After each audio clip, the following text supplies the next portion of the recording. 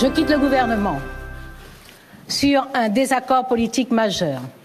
Le geste politique de la semaine, c'est bien sûr la démission surprise, même si elle n'était pas très surprenante, de Christiane Taubira de son poste de ministre de la Justice pour cause de désaccord sur la déchéance de nationalité.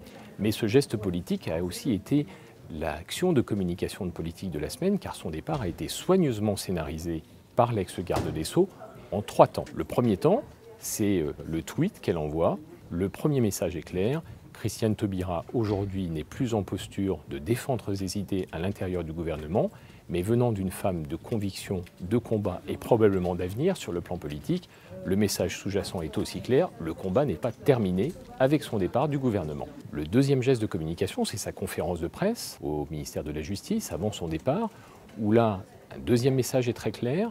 Elle part parce qu'elle a des divergences d'idées fondamentales sur la politique gouvernementale, mais elle assume en même temps le fait d'avoir été très fière de servir sous la présidence de François Hollande, et elle réaffirme là aussi qu'elle continue à appartenir à la famille gouvernementale. Ce fut pour moi un immense honneur d'être garde des Sceaux, ministre de la Justice de la France, et en particulier sous l'autorité de ce président de la République, François Hollande. Et puis, si nous, on n'avait pas encore compris, il y a un troisième temps de communication, c'est le message pour l'image, pour la photographie, c'est la tenue de Christiane Taubira, un rouge très socialiste avec lequel elle accueille son successeur, Jean-Jacques Urvoas. Et puis, c'est le message, elle part en vélo.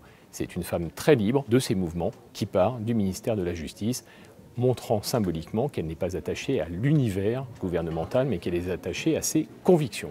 Cette démission de Christiane Taubira crée de fait 2 défis majeurs, à la fois pour François Hollande et le gouvernement de Manuel Valls, et pour l'opposition des Républicains à la Manif pour tous, en passant par le Front National. Pour François Hollande et pour le gouvernement, la démission de Christiane Taubira, c'est se priver au sein du gouvernement d'une représentation de l'aile gauche du Parti socialiste, et c'est en même temps donner à l'ensemble des frondeurs, quelle que soit la manière dont ils expriment cette fronde avec le gouvernement, un leader charismatique, à la voix extrêmement populaire, avec une voix pleine de conviction. En ce sens, la démission de Christiane Taubira pourrait bien devenir le premier cauchemar de communication pour le gouvernement et François Hollande. Cette démission crée aussi un défi de communication pour les Républicains, le Front National, la Manif pour tous, qui se voient privés, avec le départ de Christiane Taubira, de leur cible permanente de communication, symbole de la faiblesse en matière de moralité, de sécurité du gouvernement face aux agressions que vivent aujourd'hui les Français et la France. Au fond, la démission de Christiane Taubira crée une nouvelle donne en termes de communication pour le président de la République. En se coupant, à l'intérieur du gouvernement, d'une des voix charismatiques de l'aile gauche du Parti socialiste, François Hollande est un tournant de communication et d'image dans son quinquennat. Est-ce que ce tournant de communication, désormais parfaitement assumé par lui-même, lui permettra de le positionner en termes d'image comme étant le meilleur candidat face aux Français dans la perspective de l'élection présidentielle dans 16 mois? Il est encore trop tôt pour le dire.